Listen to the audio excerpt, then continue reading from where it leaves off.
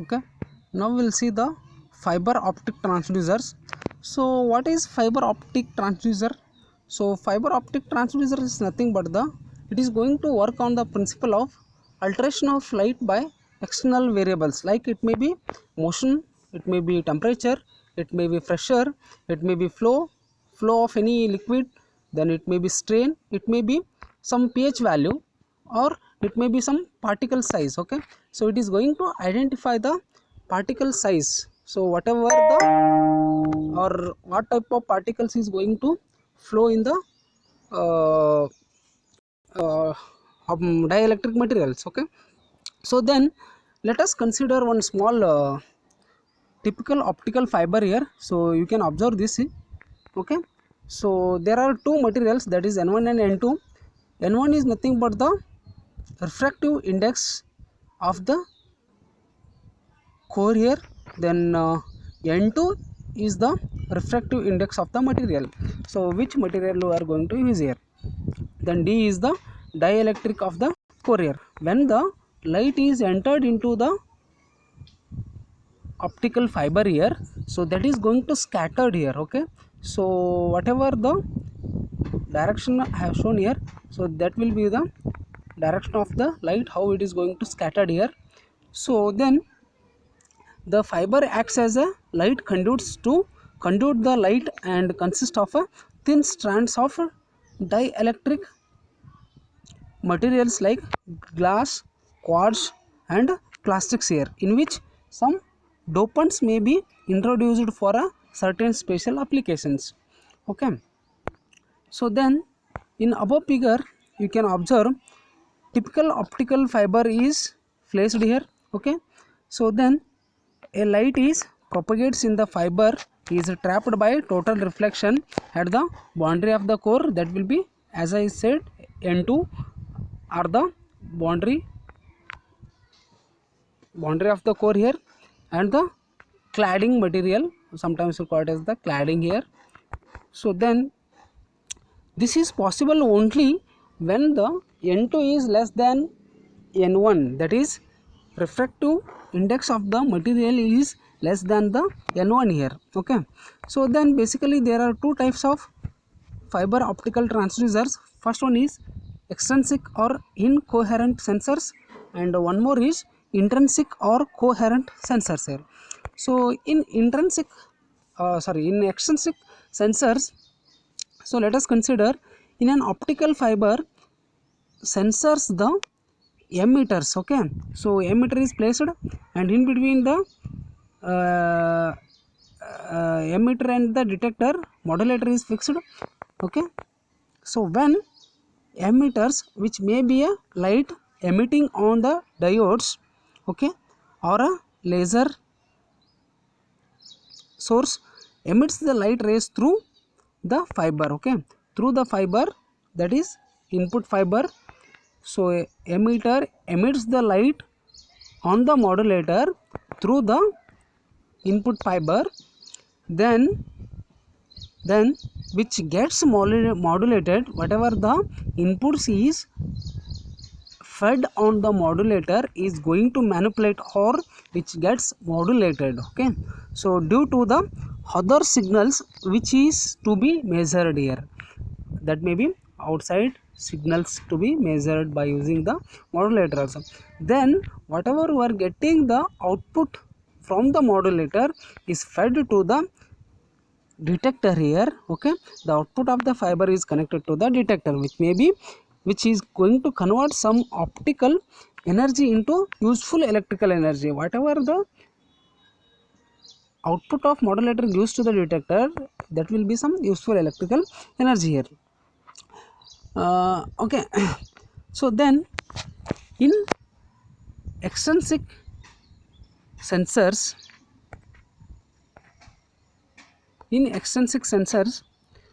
the intensity indulation of light takes place outside the fiber. Okay, so then you can observe this when the light is passing through some passing through or scattered from the particles in the moving fluid is Doppler shifted here. Okay, it is going to scattered here. So when it is going to fall on the material, okay, again it will gives reflect in the output form. Okay, so then input optical fiber carries the light, okay, which is focused on the fluid flow. So the output fibers carries light scattered by the particles in the flowing liquid, and particle velocity is found from the modulator frequency spectrum. So similarly, in the intrinsic sensors, what happens in between the emitter and the detectors? So we have some optical fiber. Okay, so here we are going to measure the intensity modulation of light takes place within the fiber here. So there the intensity of the modulation of light is going to takes place outside the modulation. Here it will be inside the modulations. Okay, so then the fiber bending due to the pressure here, which is the input variable, whatever the we are giving from emitter, no, that will be the input here. So then it induces the radiation losses, changing the intensity of the output. So this happens within the fiber itself. We cannot see this outside the fiber here. So then in this type of sensor configuration, apart from the intensity modulation, so there may be a phase of frequency modulation also. We can observe the frequency modulation as well here. Okay, in this intrinsic sensors, and this is employed for detection of working frequency modulation. Okay, so this is a main application where we are going to use this for detection of the modulation. Okay, so let us see the next one. So digital transducers. Okay, so whereas in analog transducers the output variables or the output is varies continuously in the analog transducer, but it is not in the digital transducers. In digital transducers the output is in discrete. Okay, so it may give the frequency type output or a digitally coded output of binary or in some other form. We can observe this. So we have one block diagram. So analog transducers, and the whatever we are getting the analog signal, that is going to convert from analog to digital converter here using some converters. So when we are going to apply some physical variables on the or fed to the analog transducers, it is going to perform and it is going to give the analog signal to the converter here. Analog signal is going to convert to digital converter. So then whatever we are getting the output in digital form, that is in the digital output signals. Okay, so then what are the main advantages of this digital transducers? So you can see this.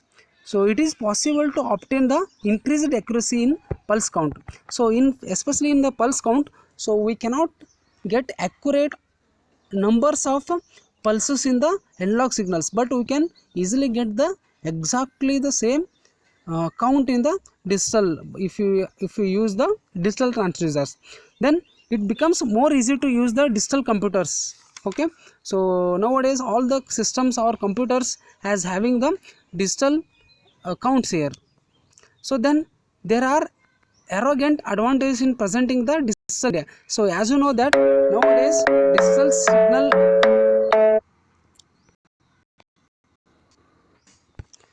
as you know that, so nowadays we are belongs to the digital India.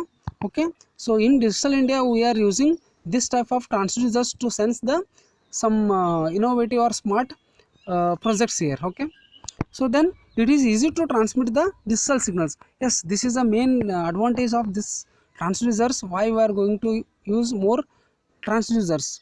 So because we can easily transmit the digital signals if we compare to the analog signals. Okay, so then there are again different types of digital transducers. So in that, frequency domain transducer is the one. So again, in frequency transducers we are going to get the output in the form of pulses here, or some sinusoidal waveform. So that may be in the frequency of which is going to measure the magnitude of the physical variable. So there are again three types of frequency domain transducers. So in that, first one is electromagnetic frequency domain transducers. So in electromagnetic frequency domain transducers, we are going to measure the speed of the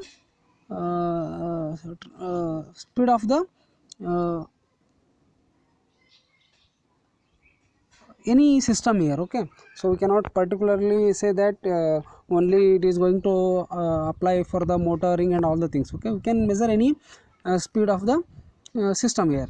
So then it consists of a permanent magnet on the solenoid. So you can see this permanent magnet on the solenoid. So then this will be the output of the signal. So next, second one will be the optoelectric frequency domain transducers. So in optoelectric frequency domain transducers, so it is going to use the, or you can observe this in linear motion, where the linear motion is happened. So every time when the white or shining portion of the shaft is front of the light source, then it is going to reflect the light here, okay, falling on the photoelectric transducers. So when the light is entered into the transparent scale grating here, okay, so it is in the forward direction. So this will be the in linear motion, it is going to up and down here. So then the photoelectric transducers will identify the how much light is entering or passing from the motion when we are going to changing the linear motion regularly here. So that is going to observe by using this optoelectric frequency domain transducers. So then third one will be the vibrating string transducers. In vibrating string transducers, you can observe this type of transducer is mainly employed to measure the force applied on the metal string especially. Okay, so when we are going to apply the force on one string, that is in the fixed string, so then another string will going to vary up and down depending upon the force, how we are going to apply the pressure on the fixed string here. So then which is kept vibrating. If the fixed end is or metal string is start vibrating, so then the frequency which is going to depend on the force is also applied, because that is again changing here. Then if the frequency is applied on the metal string, okay, so then what will be the natural frequency here?